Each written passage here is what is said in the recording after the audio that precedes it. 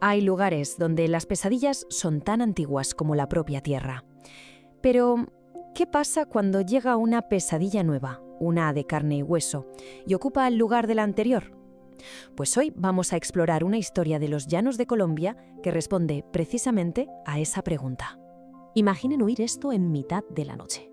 Esta frase le ha helado la sangre a generaciones enteras en los llanos de Colombia y Venezuela. Es una paradoja mortal, la firma de un terror que acecha en la oscuridad de la sabana. Un terror que se anuncia con una melodía espeluznante. Se le conoce como el Silbón. Es un alma en pena de los llanos. La leyenda, que se remonta al siglo XIX, nos cuenta la historia de un joven condenado por un crimen terrible y una maldición que dura para siempre. Lo que cuenta la leyenda es que este espectro no nació de una muerte cualquiera. No, nació de la violencia más visceral que uno pueda imaginar. Una violencia que manchó a su propia familia y lo condenó a vagar eternamente, sin descanso. Para entender al monstruo, primero hay que entender al hombre que fue, o en este caso, al muchacho mimado cuya ira desató una auténtica tragedia. Pensemos en la escena. Un joven, acostumbrado a salirse siempre con la suya, estalla de rabia porque su padre no ha podido cumplir un capricho.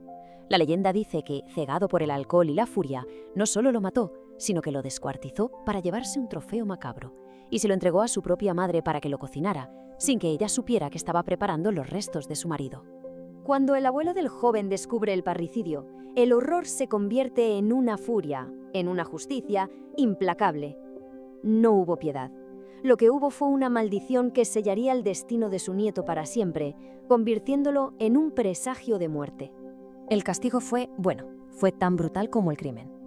Lo ataron a un poste y lo azotaron hasta destrozarle la espalda.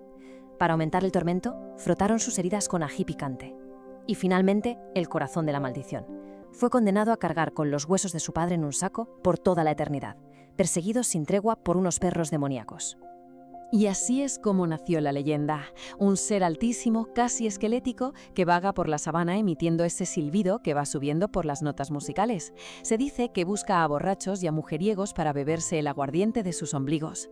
Un castigador sobrenatural para pecados muy, muy terrenales. Pero, claro, la historia de los llanos no termina con los mitos. En el siglo XX, un nuevo terror, uno mucho más real, de carne y hueso, empezó a extenderse por esas mismas tierras. Un miedo mucho más tangible, armado y organizado que cualquier fantasma. Y esta es la pregunta clave de todo esto. ¿Puede el terror humano llegar a ser tan abrumador que consiga borrar las pesadillas que han definido una cultura durante más de un siglo? Vamos a hablar del conflicto armado colombiano, un periodo de violencia que dio origen a unos actores que redefinieron el concepto del mal en la región, los paramilitares. Durante su momento de máxima expansión, estos grupos impusieron un régimen de terror absoluto. Y ya no eran fantasmas, eran ejércitos privados que luchaban por el poder, por la tierra, por las rutas del narcotráfico, dejando un rastro de masacres y desplazamientos a su paso. Y es que, dentro de esta terrible maquinaria de guerra, surgieron figuras que desdibujaron por completo la línea entre lo humano y lo monstruoso. Soldados que buscaban poderes oscuros para volverse invencibles. Se les llamaba cruzados. Y ojo, el nombre es clave aquí, no se refiere solo a una campaña militar, sino a un cruce, a una hibridación. Se creía que a través de la brujería dejaban de ser del todo humanos para convertirse en otra cosa, algo más, y a la vez, algo menos. Para conseguir esa supuesta invulnerabilidad, realizaban rituales oscuros. Las investigaciones etnográficas de la zona revelan que usaban elementos ligados a la muerte. Tierra de cementerio, y sí, huesos humanos.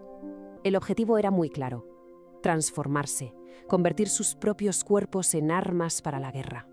Y es justo aquí donde las dos historias, la del fantasma y la de los soldados, chocan de una manera que, de verdad, pone los pelos de punta. El paralelismo es tan directo que parece sacado de una pesadilla.